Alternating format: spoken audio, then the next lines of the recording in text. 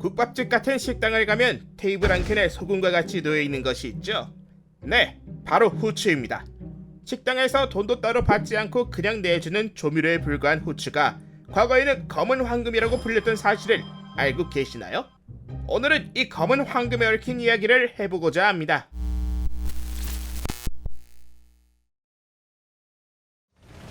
과거 유럽의 춥고 건조한 기후 탓에 사람이 식용으로 쓸만한 식물이 부족했습니다. 기후를 바꿀 수도 없는 노릇이고, 그렇다고 다른 국가로 거주지를 옮기기에는 시간과 비용이 많이 들죠. 식용으로 쓰지 못하는 풀을 돼지나 소, 양들의 사료로 사용해서 젖과 고기를 얻음으로써 식량 문제를 해결했죠. 그런데 이 겨울이 되면 이 사료로 쓸 풀마저 부족해지니 최소한의 숫자만 남겨두고 모두 도축시켰습니다. 이 대량의 고기를 부패하지 않게 다양한 방법을 시도했는데 그중 향신료를 사용하는 것이 가장 인기가 많았습니다. 향신료를 사용하면 부패를 막을 뿐만 아니라 고기의 맛도 좋아지기 때문이었죠. 아무튼 향신료 중에서도 후추는 아무나 가질 수 있는 가격이 아니었습니다. 당시 유럽의 상인들은 후추를 육로를 통해 인도의 남쪽 지방에서 가져왔습니다. 시간과 돈이 드는 만큼 유통비가 엄청났고 산적과 자연재해 등의 위험성 때문에 한 번 가져올 때 엄청난 마진을 남기고 판매가 이루어졌습니다.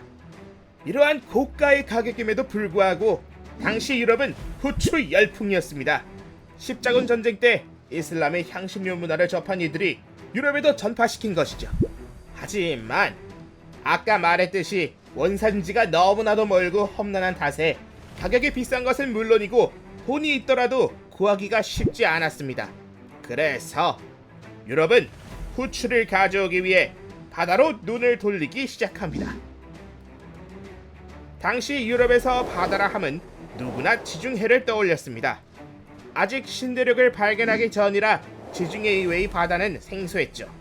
하지만 지중해에서 다소 떨어진 곳에 위치한 스페인과 포르투갈은 다른 바다로 눈을 돌렸습니다. 그러나 역시 처음 경험하는 바다는 호락호락하지 않았죠. 아프리카의 해안을 따라가다 보면 북서부에 위치한 보자더르곳이 나타나는데 이 지역을 통과한 배가 한 척도 없었다고 합니다. 이러한 이유 때문에 중세 유럽인들은 보자더르곳을 넘어서는 걸 꿈도 꾸지 않았습니다. 하지만 여기서 이야기가 끝난다면 세계사는 진행이 되지 않죠. 이 보자도르곳을 넘어서는 이가 등장하니 바로 포르투갈의 황해 왕자 엔리크입니다. 보자도르곳을 넘어서서 값비싼 물건을 가져오기 시작하는데 그 중에서는 후추와 비슷한 멜레게타 고추가 있었습니다. 비록 후추는 아니었지만 비슷한 향과 맛을 가져서 엄청난 인기를 끌었죠. 때문에 이런 멜레게타 고추를 가져오고자 무역선들은 너나 할 것 없이 보자도르곳을 넘어서기 위해 노력했고 후에 이 부근을 후추 해안이라고 부르게 됩니다. 하지만 이 당시에 후추 같은 향신료만 가져온 것이 아닙니다. 아프리카 원주민들을 노예로 데리고 오면서 노예 무역이 시발점이 되죠. 이렇게 보자도르곳을 넘어선 포르투갈은 자신감을 얻어 후추의 원산지인 인도까지 항해를 계획합니다. 하지만 먼저 인도에 도착한 이는 스페인을 등에 업은 크리스토퍼 콜럼버스였죠.